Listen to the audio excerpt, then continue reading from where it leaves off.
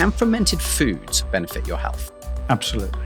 Fermented foods can have a dramatic impact on the immune system, drive down inflammation, and your gut health will also improve. For example, milk, there's no evidence that milk is great benefit to adults. But if you ferment it into cheese, all the evidence suggests that regular cheese eaters have less heart disease risk. And I just don't think we've realized up to now the huge potential of these fermented foods. Tim Spector is one of the world's top 100 most cited scientists, Professor of Epidemiology at King's College London, and my scientific co-founder at Zoe. He's also recently published Ferment, a book that he's hoping will spark a fermentation renaissance. Fermenting is the process by which microbes transform food into something that tastes better and that is healthier for you than the original. Something that really convinced me was this study from Stanford. About 28 people, two groups, one having a high fiber diet, the other one 5 portions of fermented food a day, such as yogurt, krauts, kefirs or kefirs in the US, kombucha, or Tabasco. What they showed was even after a couple of weeks, you saw a significant drop in inflammation markers in the fermented food group. For people who are new to this, where would you start? Well, let's go with the simplest ferment everybody can do. Even you can do this one, Jonathan. This is... That's amazing.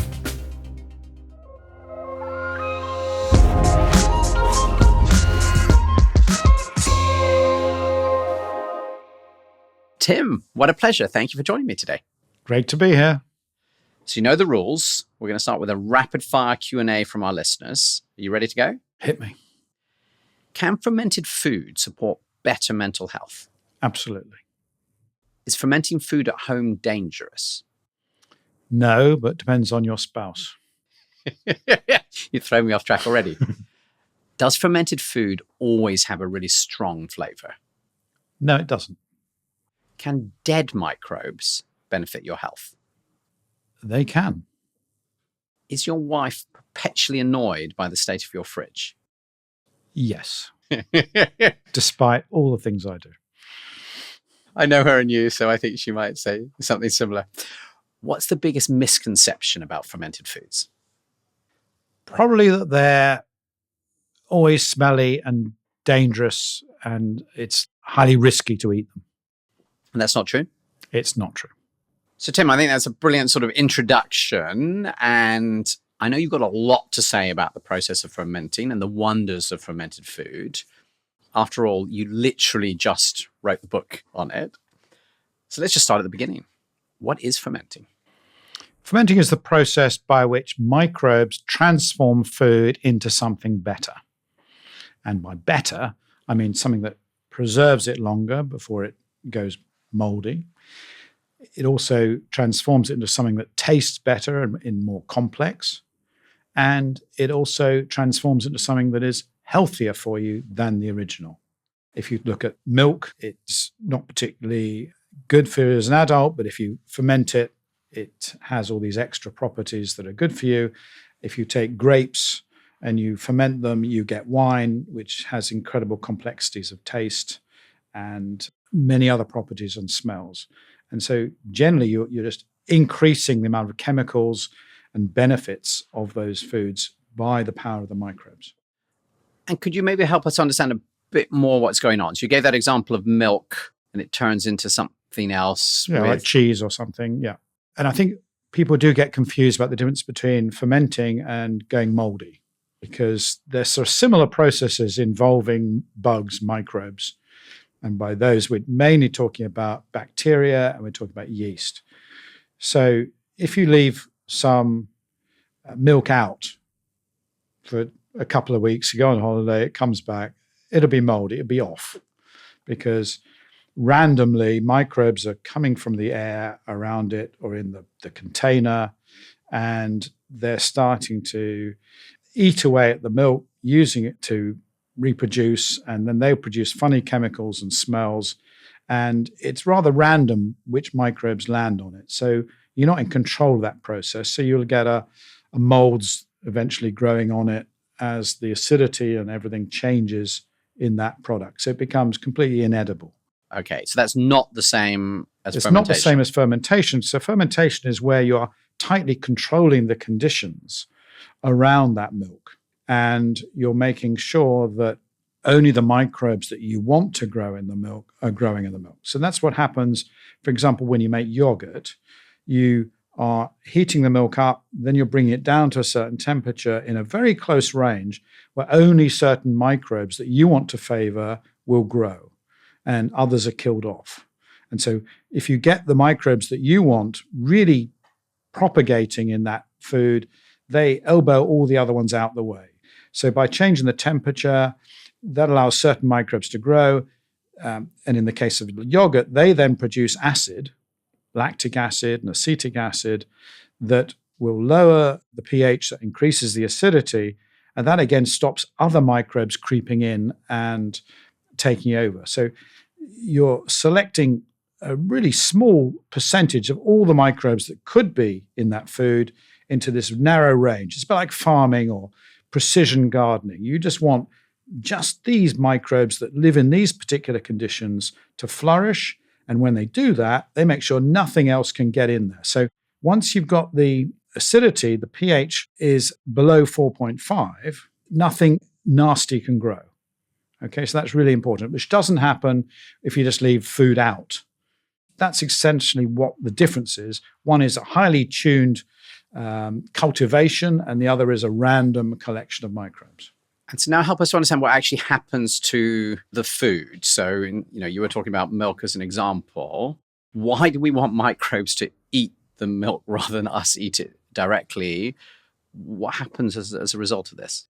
So it's the same process that happens inside your body when you eat any food.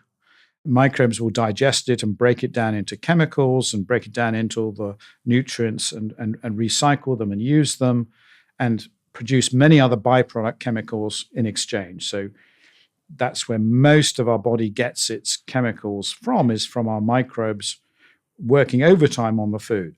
And what happens outside is you're getting a little snapshot of what's happening in your body when you do your own fermentation, say.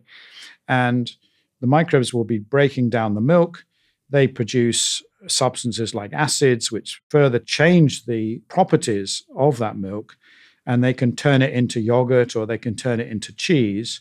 And the extra chemicals they produce also provide differences in flavors. So chemicals are essentially complex flavors. So some of them will float in the air and you'll be able to smell them. Others, you pick them up on your tongue, and making something boring into something incredibly interesting because you're getting all these extra chemicals, the complexity of breaking down the original product, just milk, just this sugar, lactose, is broken into all these different things so that something like cheese becomes this really complex food product from something really basic, just from microbes working hard at it to produce lots of different substances, which then is this more complicated approach. And again, the same thing, think grapes and wine. Why does wine taste so much better, more interesting than just sweet or sour grapes? It's all these extra chemicals that are providing us with that. And in those chemicals, there are nutrients, there's vitamins, things that we can't necessarily pick up ourselves that make it healthier. I'm thinking about an analogy as you're describing this. So I was actually discussing with my little girl this morning as we're going to school, talking about plants and how they're producing the oxygen that she needs, and that all they need is basically like water and sunlight. And then they make all of these complex fruit and leaves and all the rest of it. And is that an analogy here, which is almost like in this case, you're saying the milk is a very simple sugar, and then these bacteria in this fermented process are suddenly making this incredibly complex arrangement of different molecules, a bit like the plant taking just the sunlight and the carbon dioxide and suddenly managing to, make a raspberry bush. Exactly. They're little sort of chemical factories. So you just got to feed them some of the key essentials, and they're all specialized in different ways. They will produce different byproduct chemicals that by working as a team, they can create something far more complicated, something far more interesting than the starting product. And that's why they are so helpful to us. And that's why it's a great analogy, and why everyone really needs to know about fermenting, because it's sort of what's happening inside your own body every time you're eating food. your microbes have the chance to make that food much more nutritious and useful for your body if you've got the right microbes. If you've got the right team working there, they can create all the chemicals and vitamins and things that you need for the rest of your body. Essentially, when we're having fermented foods, it's double fermented. So it's fermented outside, and that's why we've evolved to actually like fermented foods because of some of these benefits. And then it comes, when we have cheese again, for example, it's then broken down again for a second time in our bodies, and we still get the benefits from it, from that second wave of microbes attacking it. And Tim, you've talked about the way that fermentation is changing the taste and making it more complicated and taste great, which is your example of like cheese or wine versus just milk or a grape. But you've touched also on this sort of thing about it being healthier. So it's not only about tasting better. You're saying this can actually have health benefits. Could you help us to understand why and how? We don't know exactly, but in virtually all the cases that I've looked at and researched for my book, the fermented product is nearly always healthier than the original product. And it's probably because it contains more healthy chemicals and compounds. So you take cheese, for example, there's no evidence that milk is really a great benefit to adults because it's quite two-dimensional. It's got sugar, it's got protein. But when you get cheese, all the evidence suggests that regular cheese eaters have lower mortality, less heart disease risk, etc., which is rather strange because the initial product is the same. So it's probably the microbes themselves changing the chemicals in that food. So they're producing chemicals that are actually helpful for our bodies.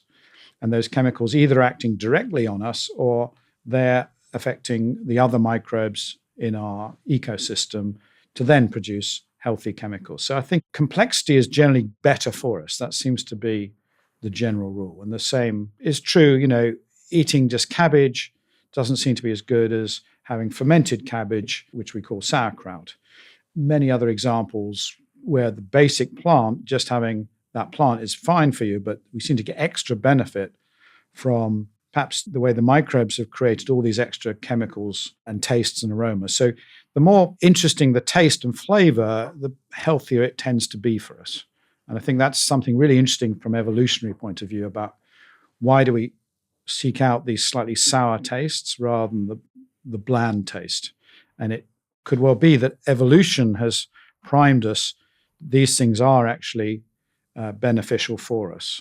You're saying that if I took like milk under a microscope and could measure the different molecules inside it, it's quite simple. There's sugar and there's some protein, but there's not lots of different ones. I think when you were saying it's two-dimensional, that's sort of what you're saying.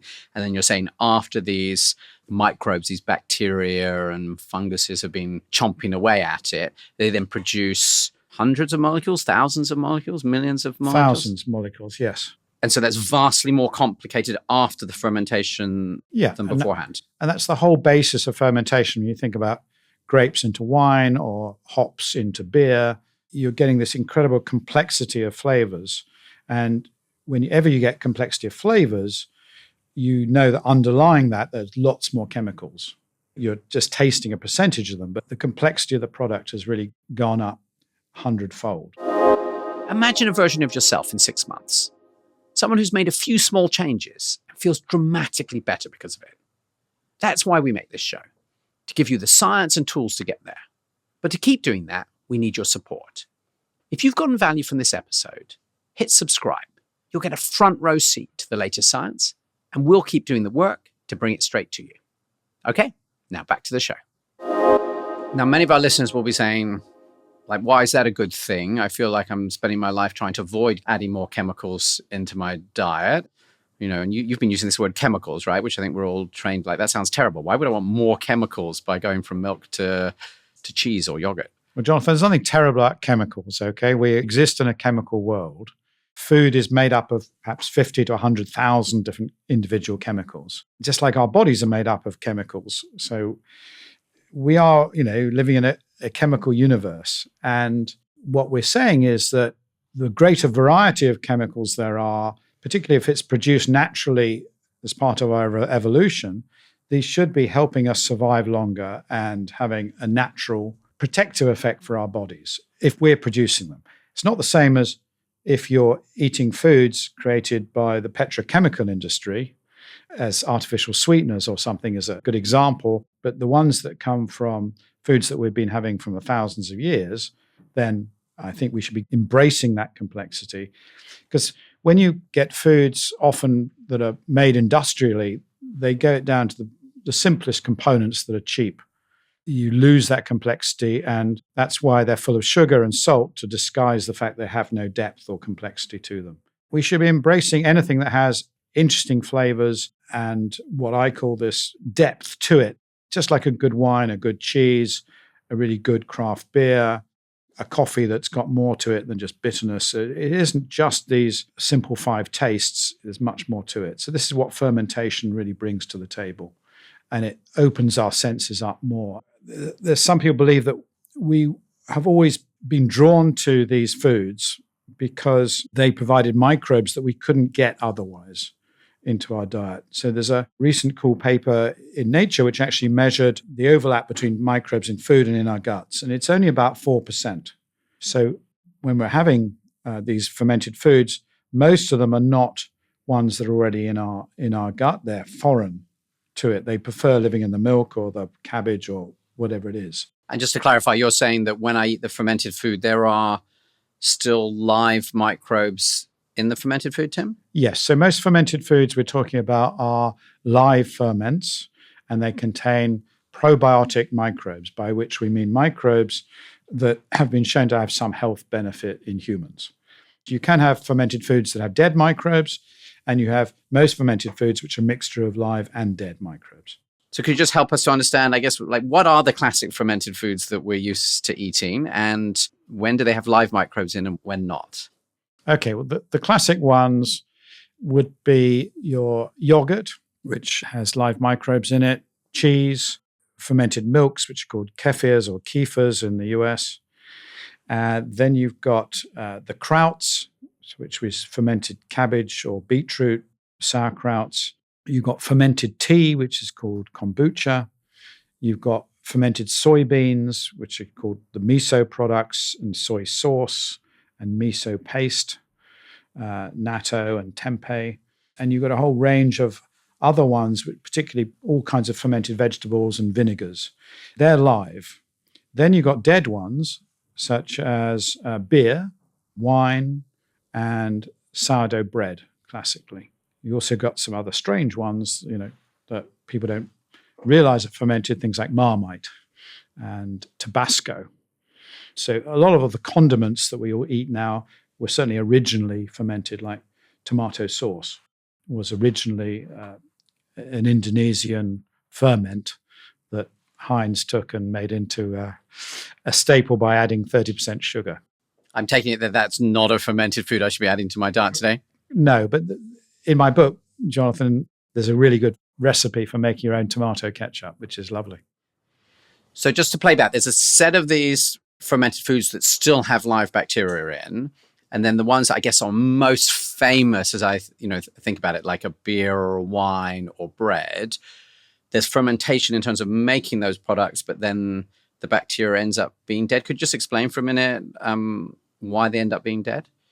They're usually deliberately killed because you don't necessarily want your beer to keep brewing after you've sold it, because it produces more gas and will explode. So this is the problem of fermentation, is it has to stop at some point. And everyone who's ever fermented will occasionally have something explode. And I've had a few occasions where bottles have come off rather unexpectedly, and again upset my wife. But this is why when you scale up fermentation, manufacturers of things like kombucha have the same problem as the beer makers. They want to stop fermentation so you can put it in cans or bottles, so it's no longer continuing to produce gas. So anything above 65 degrees will just about kill all these microbes. So you've got a lot of these products that have started live, ended up dead. We haven't talked about coffee and chocolate, but that's a similar process. Just before roasting, they ferment the beans, and that's very much part of that complexity of why coffee and chocolate, when it's done properly, have such great, rich, interesting taste, and certain teas as well. So they're a bit like you were describing with the bread, like the fermentation is a really important part of making the coffee or the chocolate, but the bacteria ends up being killed. Exactly, yeah. So that provides the taste, and up till recently, we thought that didn't provide any health benefit. Dead microbes, completely useless. That's what I thought 3 years ago. For the book, I started really researching this in more detail and started seeing more and more studies suggesting that even pasteurizing some of these foods could have some effect. And at first, they didn't believe it. They just thought they'd got the experiment wrong. There's now, I guess, about 15 randomized controlled trials showing that a dead microbe fermented food works more than placebo in terms of health benefit in humans, whether it's in adults or children. So we know that these things now do work. And in a few cases, they work better than in the live version, which is really weird. There's a probiotic called Akkermansia, which I think we've discussed on other podcasts, that crops up a lot. The people who studied this actually worked out that it had a beneficial effect above and beyond the live version, which is very hard to work out. But they didn't believe it until they started doing placebo studies and then showed it works. So we know that live microbes now work. You're sort of putting these in two categories, I think, Tim. And I would say you've got this first category where there's fermentation to make something that we eat, but basically the microbe ends up being dead. And that is basically what I grew up with, right? So you mentioned beer, wine, bread, coffee, chocolate. These are all things that like are completely normal in the Western world. And then you gave me a list of other foods, and like the yogurt and the cheese, absolutely I grew up with. But then you're like, oh, and kefir and kraus and kombucha and miso. I didn't have any of these things growing up. Why is it that those have not really been that common in like the UK and the US, and I would say a lot of English-speaking countries? But then you're talking about these foods, which I guess have been common in other cultures. Absolutely, yes. So if you look at the world map of fermented foods, the English-speaking colonies are really the odd ones out. You only have to look in Europe and you see that Scandinavia, they've been having fermented milks and fermented fish. You go to Mediterranean, they have a strong tradition of making their own cheeses and yogurts and other ferments. Central and Eastern Europe, fermenting vegetables like there's no tomorrow. You know, every home is packed with this stuff, as well as the kefirs in Poland, etc. And then most of Africa actually has fermented porridge and beers and oats and grains and breads. And then you've got, of course, the Asian, you know, the kimchis, the misos, you know, the Japanese worship a certain fungus called koji. So it's like, we're the odd ones out. So how did this happen? And I think it's part of this Anglo-Saxon idea of sterility is important, industrialization. We were the first to get fridges. And when we did, we sort of threw out all those old habits that used to preserve our food before the fridge. And we went into the Industrial Revolution first. And it was just this idea that modern, sterile is the way to go. And of course, the US has probably led the way with getting rid of anything old-fashioned. And if you can stick a chemical in it and make it last forever, rather than live ferments, we do it. I think that's fascinating. You're saying that in a way we were the odd ones out, and it's really, you know, the United Kingdom and English-speaking countries that really have the sort of the exception. And everywhere else is really used to these live fermented foods? They never gave them up, essentially. Even when they got refrigerators, they still kept going with it. Yeah, exactly. And they didn't switch everything to using vinegars rather than salt brine, which is the essential difference between pickling and fermenting, which is people often get confused about. Pickling really should refer to when you just add vinegar to it. And usually we're talking about commercial vinegar, which is just acetic acid, rather than the vinegar you can make with microbes. It's really strange how we lost out, but it sort of makes sense. By the Second World War, we closed all the little dairies doing their own fermented cheeses because we wanted for the war effort to make one cheese, cheddar. And that translated to the US, and this idea that, you know, we wouldn't have these little micro communities doing their own fermenting. But now, the last 10 years has seen a massive reversal of that. And we now have more cheeses than in France, local cheeses, if you count them up, the little strains of cheese in the UK. We can see in our supermarkets how things have changed. 10 years ago, when I wrote Diet Myth, only about 2 people in a crowd coming to one of my talks had heard of kimchi or kefir. Now, every supermarket you go to has a range of those products. Just in 5 years, the landscape has changed massively. So I think the good thing about the English-speaking countries is that although we have the worst food in the world, we have the ability to change it faster than any other culture because we're not locked into it. So I'm seeing all these exciting changes of people getting back into it and it suddenly becoming back into our normal behavior and culture.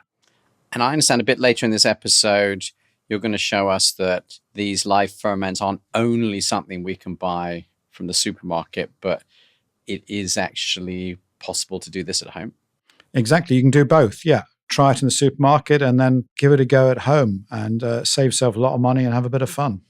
So before we get to like the practical questions about how you add ferments to your diet and what you could do, I'd love to follow up on what you're talking about like, why is this healthy? When I first met you, getting on for 9 years ago and we started Zoe, you didn't really talk a lot about fermented food. You talked about a lot of different things to do with nutrition. You talked a lot about the importance of the gut microbiome. But this is something that's really new, really in the last few years. So what's changed your mind and why do you now feel that there are health benefits? Well, 10 years ago, there were lots of little studies around the world, 10 or 20 people where they'd given them some fermented food and they'd see how they got on. But they didn't stack up for me as a scientist of being really credible. And it's only about 3 years ago that for me, it really switched. And there were a couple of studies that really convinced me this was more than just, this sounds a good thing to have, but I'm not sure how good it is. One was this study from Stanford. Our colleagues Christopher Gardner, and Justin Sonnenberg did a study where they had a relatively small number of people, about 28 people, and they put them into 2 groups, one having a high fiber diet, the other one having 5 portions of fermented food a day for around 3 or 4 weeks. And they basically taking nearly daily blood samples. So small study, but very intensive. And this hadn't been done before. And in the blood samples, they were looking at all the immune proteins. So a whole batch of immunological studies at great detail and expense. And what they showed was that even after a couple of weeks, you saw a really significant drop in inflammation markers in the fermented food group. So not only did their microbiome change more than the high fiber group, but they had this dramatic decrease in inflammation markers. So it really helped the immune system. It changed 17 out of 19 proteins they measured. So across the board, these were having a real effect on the immune system, and that's probably the mechanism by which they are having this health effect. So the Stanford study, for the first time, showed in great detail that fermented foods can have a dramatic impact on the immune system as well as the gut microbiome. So to me, that was an eye-opener, and then put all the other studies into context. Those other studies had been the epidemiological ones, very population, big level, showing that people that had regular yogurts, had regular cheese, other fermented foods, had lower rates of death, heart disease, better metabolic profiles. And some of these we'd done in our own studies at King's using twins, which I was working on for 25 years. So matching the big studies with these detailed ones, and then all the little studies around the world with meta-analyses that had studied like 10 or 20 people with a few inflammatory markers, all showed the same thing. So you're putting all this together, makes absolutely clear that these foods, if you have them regularly, small amounts regularly, will have a significant impact on your immune system and your gut microbiome. We should be learning from our ancestors. We should be learning from the latest science. We should all be having at least 3 portions a day. And that led me to do, with the Zoe members, this citizen science project, we call pragmatic science. So there's no control group, but we got 9,000 volunteers. And if anyone's listening, thank you very much for volunteering. Couldn't have done it without you. Who signed up, who weren't taking regular fermented foods, and said, we want you guys to volunteer to take 3 a day and do that for 2 weeks after a 1 week run-in. On the Zoe app, we asked them to record their mood, their energy, their hunger levels, and any problems like bloating or constipation. They did that every day. 1,000 dropped out. Understandable. We weren't paying them like they do in these other studies, and they didn't get credits for their university. But these are normal people. These are, unlike the studies, they're females, they're, males, people aged over 40, the regular people who take these foods.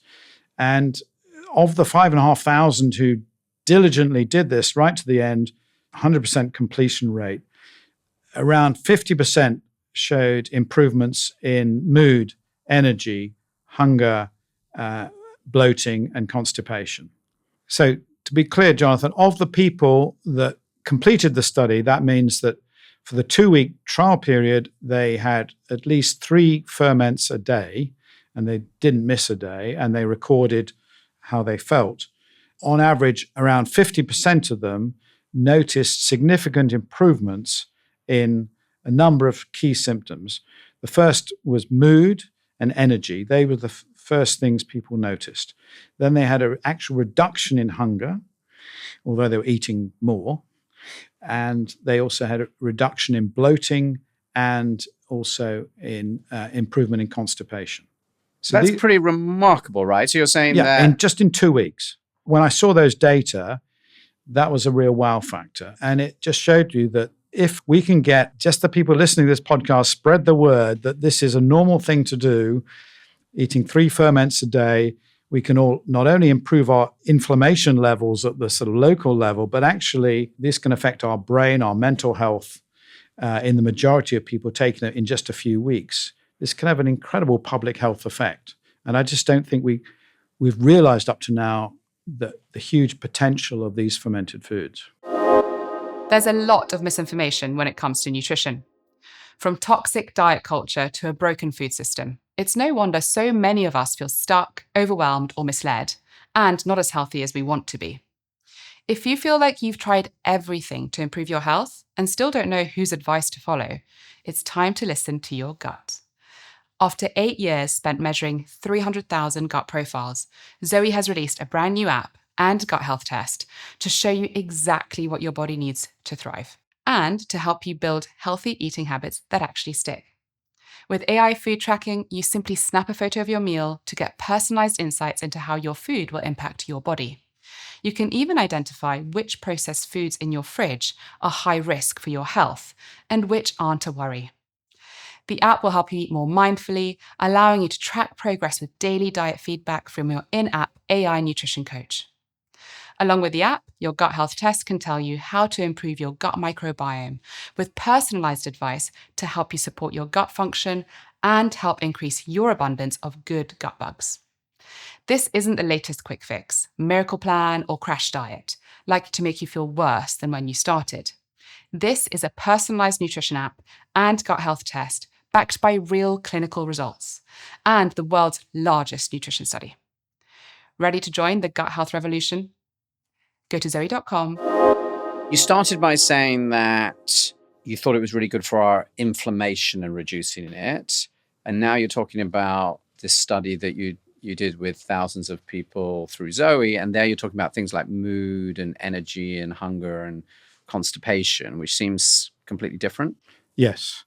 What the Stanford study, going back to that one, showed clearly you get an improvement in immune health.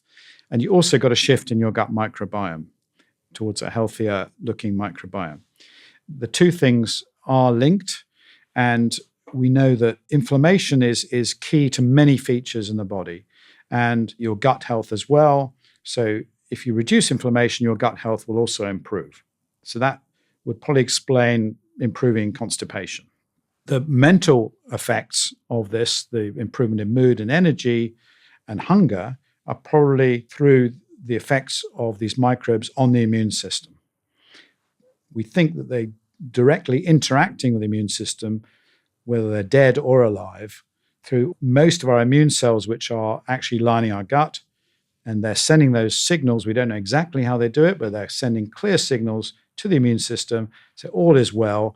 That gets transferred to the brain through the vagus nerve and other mechanisms, calming the brain down, reducing so-called neuroinflammation. That helps our mood, that helps our concentration, that helps reduce fatigue.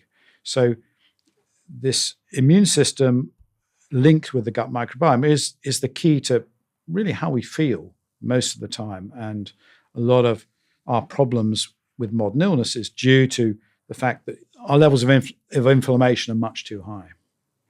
So that's amazing. So you're saying that on the one hand, you had this sort of like super detailed study at Stanford where you can measure all of these inflammatory markers.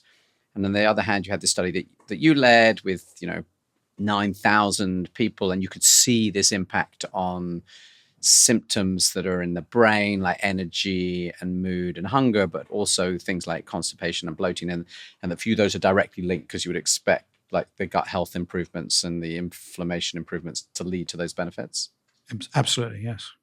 So just to like maybe wrap back to the original part of the story where you're describing all of these amazing things in the food after it's fermented, do scientists understand how this fermented food, like I'm eating this yogurt or this kefir or whatever, actually leads to the benefits you're describing after I, put it in my mouth and swallow?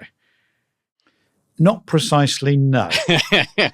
But the current thinking is that it's a combination of the microbes and their chemicals themselves that are having this effect. And it is so complicated. You can imagine how difficult it is to sort out in humans. But we think that the likely place that this occurs when you say swallow a yogurt and you've got some microbes in it, it gets through the stomach, wrapped around in the food, so you've still got billions getting into your gut. When they get to the small intestine, which is the bit above the large intestine, it's not very small, it's actually very large, but there's less of our host microbes to fight it off. So we think it probably has an impact there on the immune cells. And something about the lining of the microbes sends signals to the immune cells, because we now know that dead or alive, even dead ones have this ability to tickle the immune cells, a bit like a vaccine.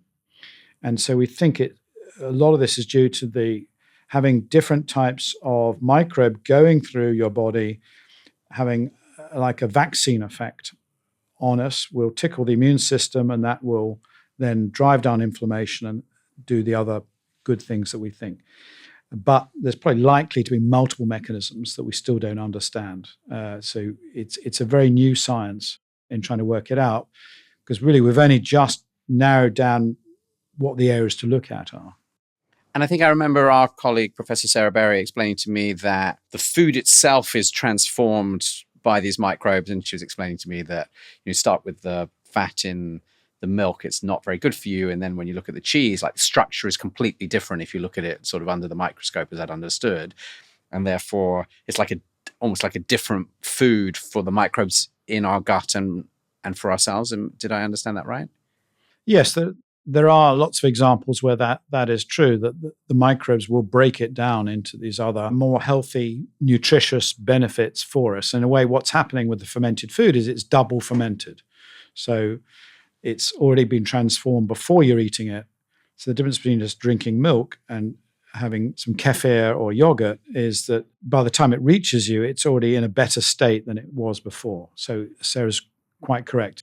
The structure is healthier as well. So in simple terms, does that mean that I'm getting almost like a double benefit, that I'm getting both live bacteria that are going to be doing something healthy for me, and I'm also getting this much healthier food that is feeding me and my gut microbes? Yes, in the sense that that food is going to be easily digested. It's already broken down by the microbes beforehand into smaller pieces, and those nutrients are going to be much more easily extracted from the food and released into your body and used, in the multiple ways. So absolutely, yes, that's part of the thinking about why the more fermentation goes on, the more you're breaking the food down. People use the analogy with bread. Normal bread You've got lots of gluten, but if it's fermented sourdough bread, the gluten is in smaller chunks and pieces. So people will have less problem being gluten intolerant, and it's easier for you to then absorb that gluten. So that's the work of the microbes doing that even before it gets into your body. Now, one of the biggest questions that we had prior to this episode was around eating fermented foods versus probiotics. So, the pills that we buy that say they have all of these live bacteria in, which, I definitely took in the past, but don't anymore. How do you compare these like live fermented foods versus probiotics? Interesting. There's hardly any studies I could find directly comparing them in a trial. We compared a standard probiotic to our Zoe prebiotic, the Daily 30, which is 30 freeze-dried plants and fiber, and the probiotic was a Lactobacillus reuteri, which has been shown to work in 20 diseases. So we did a direct head-to-head comparison, and our prebiotic won easily, had 10 times the effect on the gut microbiome compared to this probiotic. But we didn't test it against a fermented food. It'd be interesting to see how they match up. But in general, fermented foods have more species of microbe in them. So in the book, I detail how we looked at 70 different commercial fermented foods, and the range goes from having one species, like in a Actimel children's yogurt, all children's yogurts are terrible, to the top one, which had about 80 different microbes in it, which was a kimchi and a water kefir. And more is better? More is better. So the more microbes you've got, the more diversity of chemicals they can produce, the more they can help you. And our communities are all very different, are unique.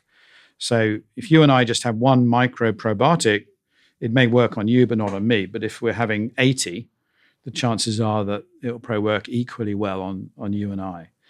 So the one reason to have fermented foods or on the probiotics is that. The other is you actually get more quantity of them. I would expect if there was a direct study done, fermented foods would win. It's interesting how understudied this is as you talk about it. Yeah, well, obviously the companies don't want to do it, particularly because they're worried, and there's a lot of money in probiotics. They don't want to show that just having a cheaper food version is going to do much better. And you mentioned earlier this concept of ghost biotics, which I know you've got really excited about because we've actually ended up adding it, haven't we, to the latest version of Daily 30. How on earth can a dead microbe be doing me any good? 3 years ago, I was said there was no point in talking about dead microbes. You should forget pasteurized fermented foods, forget all those heat-treated kombuchas, the stuff in supermarkets, etc. But now I've totally changed my mind. Studies are true, they work. And the question is, how do they work? And the best theory we have is this idea of specific proteins on the cell wall of dead microbes interacting with our immune system. And they have special receptors there that are picking it up. So they seem to be working in that way, again, using the immune system. And it makes sense when you start thinking about vaccines. When you have most vaccines, they're either live or they call them attenuated, but that just means dead. A lot of vaccines you're getting are the dead version of the live one. And it's the same, it's the cell wall, whether it's the virus or the bacteria, that is tickling our immune system. So this makes us think that eating fermented foods is a bit like being constantly immunized against our environment and protecting us. And it sort of starts to make sense. So all the foods that are out there that have been dismissed in the past, I think we have to have another look at. And that's exactly why, as soon as I made my mind up about this, we put some dead kombucha into our Daily 30 product for that reason, because it may not be quite as good as the live version, but all the evidence suggests it's beneficial. So I think a lot of people like me will be surprised because they'd assumed that the reason why you would have a probiotic pill or eat these live fermented microbes is so that then these microbes would live in my gut and hopefully increase the number of good microbes in my gut, because they've all listened to you and other experts explaining that, we need to have more of these good microbes. That was a myth. That's a myth, is it? Yeah. So what is happening? scientifically until recently, that's what we believed. And a lot of the reasons say, fermented foods can't work because we don't find them staying for very long in our guts. And that was, a lot of people dismissed their biological rationale that way. And we have to realize that they don't stay in your gut. They don't colonize your gut. As I said, 96% of the microbes in food are not the same ones as you find in your gut normally. Just to confirm I'm getting this clearly, Tim, you're saying like if I eat one of these super fermented foods with like 80 microbes and I eat it and then I stop eating it, then a week later, none of those microbes will still be living inside my gut? Yeah. Generally, they don't last. This is what the new science is telling us, that it's really this immune reaction as it's passing through, tickling our immune system, not trying to colonize and take over the rest of our gut. And that's a real big sea change in how we're seeing these fermented foods. That's why, I've changed my mind on it. That's why the whole direction this field is going in is very different. That's why I think we're going to be seeing a lot more of these fermented foods killed or pasteurized back in our normal other products, because it's a much safer way to use them. And we start thinking of them as, helping our immune systems rather than colonizing our guts. So I'd love to turn to actionable advice now, because I'm sure you've convinced a lot of listeners that they need to eat the 3 portions a day that you've been talking about. So maybe let's start for people who are new to this. And then, as far as they're aware, they're not eating any fermented foods a day. Where would you start? I'd start with breakfast. Always a good place to start, because you're at home, you're near your fridge. Start with my classic breakfast. Get some full-fat yogurt. When you're starting off, mix it with some milk kefir, because some people find when you start milk kefir, it's a bit too sour. But if you mix it with yogurt, that should be fine. You can sweeten it by adding fruits to it, berries, etc. That way you've got 2 ferments, easily done. And that's because the yogurt's one and the kefir's a second. Yeah, and they're separate. They have different microbes in them. They both count, do they? They both count. Oh, so it's a win. You can get 2 before you leave the house. Before you left the house, you've got 2, exactly. Then it's very easy in your lunch.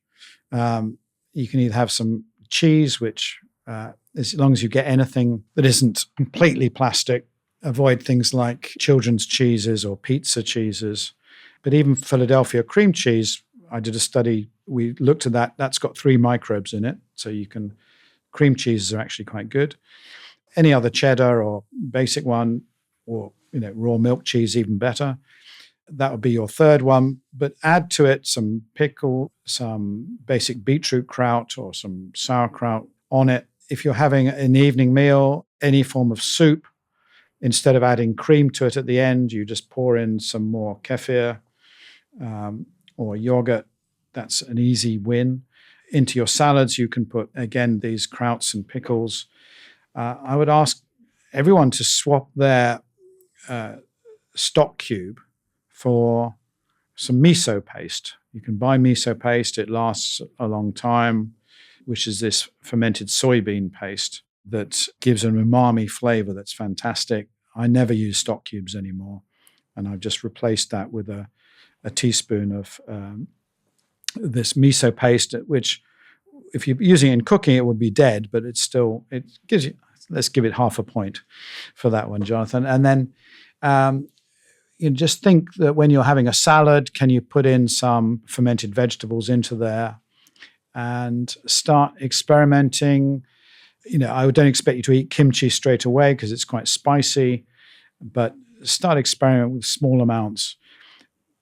And if you want to start thinking about kimchi, get some toast, put some cream cheese on it, and then mix in the kimchi with the cream cheese. So actually you're giving a mellower flavor to it and you're getting used to it.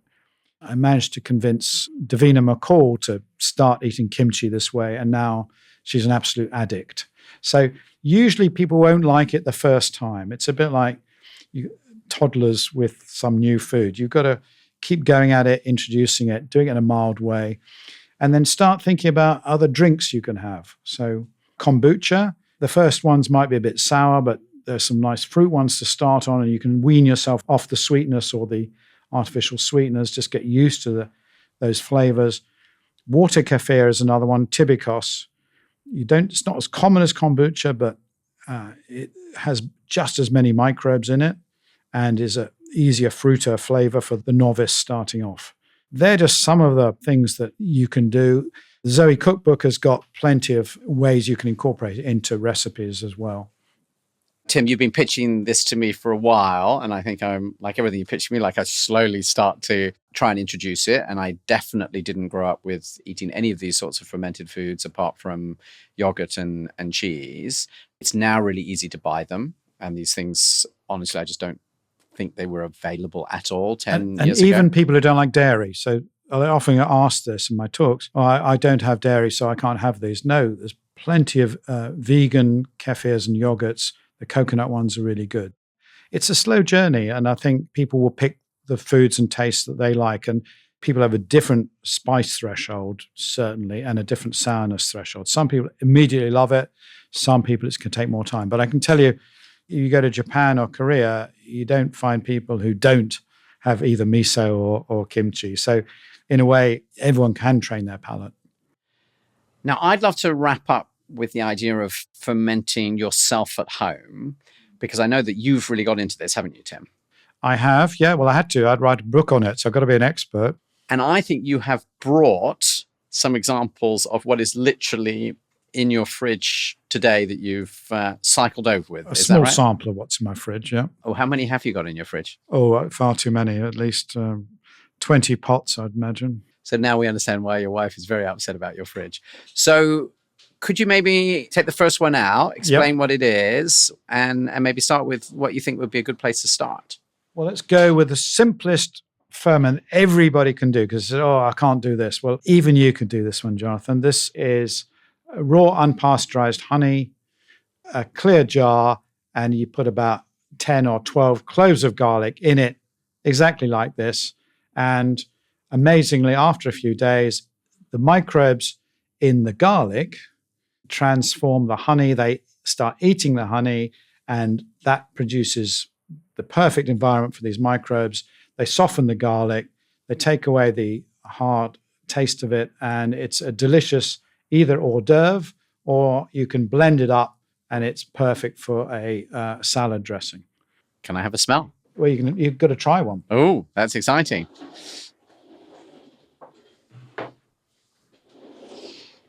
Just try one, Jonathan. Don't be scared. I am a little scared. It looks know. like something that has been... they're quite hard, aren't they? The whole garlic cloves. Just go for it. I'm going to go for it. All right. I'm not sure that I'm going to be invited back in the house later tonight. Well, that's pretty good. Nothing like as strong as the garlic is if I'd eaten that raw. Well, that's how microbes transform foods into something completely different. And the honey tastes different as well. Yes, they're both different. I didn't add anything to that. You literally just threw garlic in honey. That's it. That's the recipe even I could do. Exactly. So everyone can ferment if they really want to at home. That's really surprising. So this is where you're saying these microbes do these amazingly complicated things. You just put it in the jar and you left it. It's mixed, the microbes and the garlic, sitting there bored, doing nothing, but you wake them up surrounding them with honey, and they go crazy, and they come out and they transform the honey, and that in turn transforms the garlic into a completely different dish. And I tell you, if you blend that up and you have that in your salad dressing, it's an amazing flavor. What's next? What's next? We've got some sauerkraut. This basically is nothing more than cabbage chopped up and weighed, and you add 2% salt. And then you put it in a jar and you leave it for a week. That 2% salt changes the environment so much that you then get exactly the right microbes leaking out of the cabbage.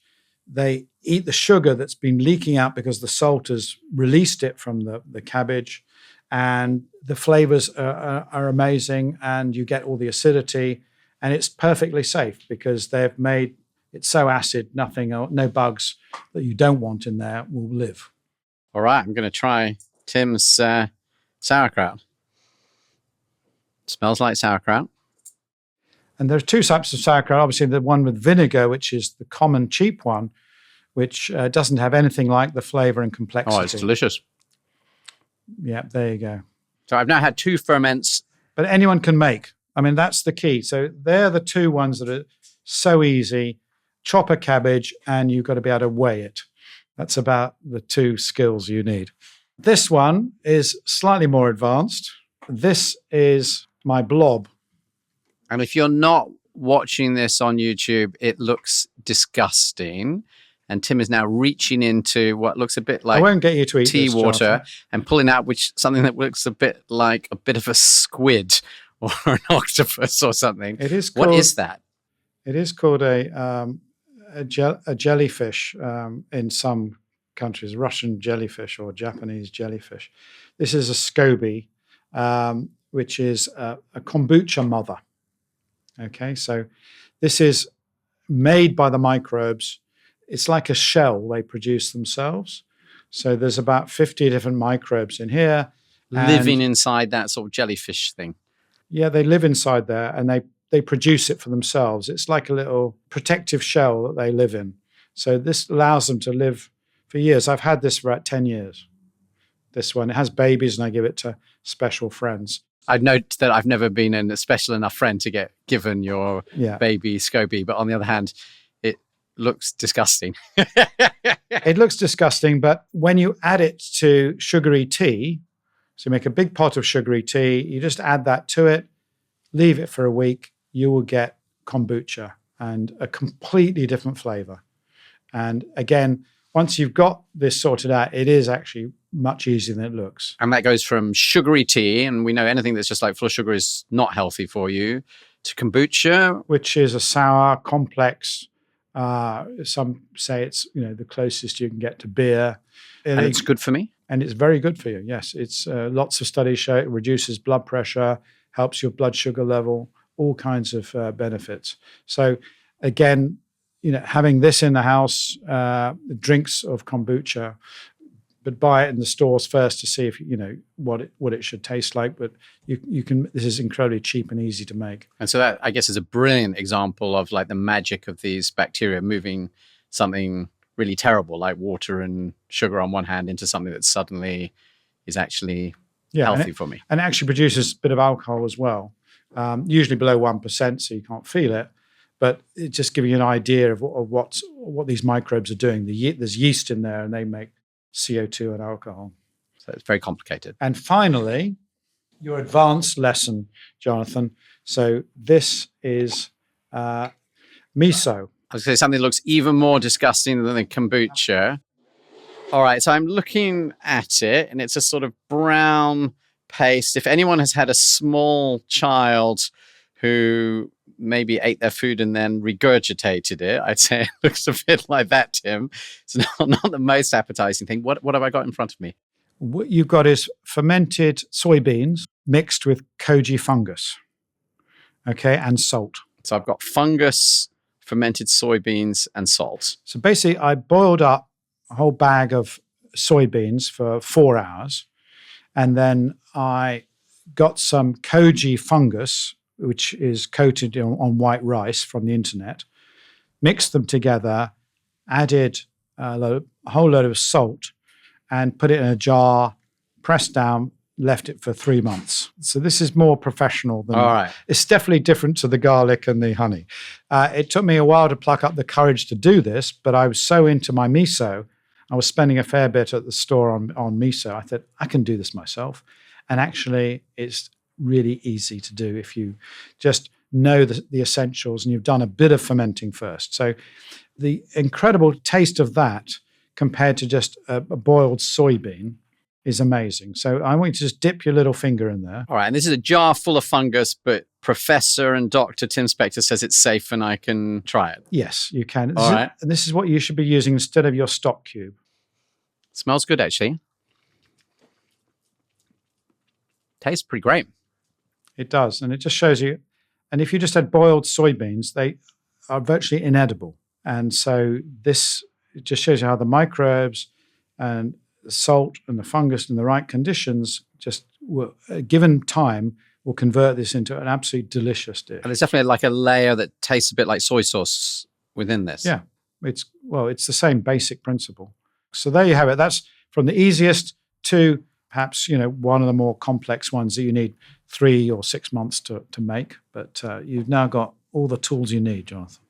So, Tim, thank you for sort of the tour de force tour around fermenting. I suspect there are a lot of people listening to this who are now convinced that they should be trying to get their 3 ferments a day. I'm going to try and do like a little summary as always. And my biggest takeaway is we should all be having more microbes and fungus in our food, which is basically completely the opposite of everything that I was brought up, which is there should be no microbes and fungus in my food. And that's because we now know that these really help our immune system. And you talked about the study that you carried out yourself at Zoe with like 5,500 people who completed this 2-week study. And that sort of in just 2 weeks, half of them had these improvements in mood and energy and hunger and bloating and constipation, which is pretty extraordinary. And that your understanding of the science is this is really the way that it's both improving the microbiome, our gut health, that's then improving our inflammation and therefore having all these effects on our brain. I think the other thing that I really take away is that everyone is eating live fermented food except Anglo-Saxons. And we're the ones who got told that all our food should be sterile. Like we've had fridges for much longer than a lot of other cultures. And therefore we've just got rid of all of our fermented food. And like many other things with our modern food culture, it's turned out to really be bad for our health. And if we can reverse that and start to reintroduce all of these fermented foods, we're going to be in a much better place. And if you've been thinking, well, I'm popping a probiotic every day, so I don't need this, then you're saying, actually, that's wrong. These fermented foods are much more powerful than probiotics. And that's because they have many more live bacteria in them, but also because the food itself is also carrying these helpful properties.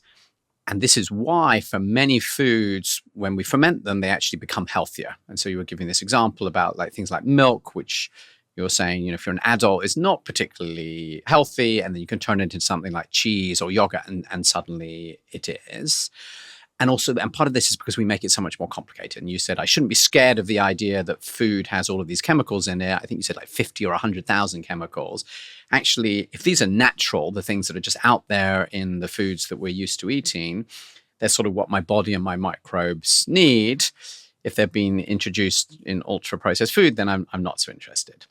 And then I think you wrapped up with talking about like how could we actually achieve this? And you said, I can get 2/3 of the way at breakfast. So if I was to have a breakfast that combined like a full-fat yogurt, I actually tend to have a Greek yogurt because it's really high in protein, and with kefir mixed, you've already got 2 of these 3. If you were to add like cheese or sauerkraut or something at lunch, you've already got to 3. And then think about how you could introduce the miso paste, for example, that you just shared with me, which is delicious. Think about drinks like kombucha or water kefir. These are all commercially available now. So this is easy to do. There are many of these things which are not really bitter or really hard or really spicy to get into. And if you do this, before you know it, your husband or wife will be cross with you too, because you've got 20 fermenting jars in your fridge and you're experimenting with things that take 3 months. You got it. Tim, thank you so much. Thank you for continuing to always explore the frontiers of food and science, and for coming back and telling us all about it. And I would say that if you really want to get deep into this subject, Tim has written a whole new book about it, and you can understand everything you would possibly want to know about fermented food there. Thank you, Jonathan. Thank you, Tim. If you enjoyed this episode on fermented foods, I know you'll love watching this episode with Tim and Sandor Katz, a food activist and self-proclaimed fermentation revivalist.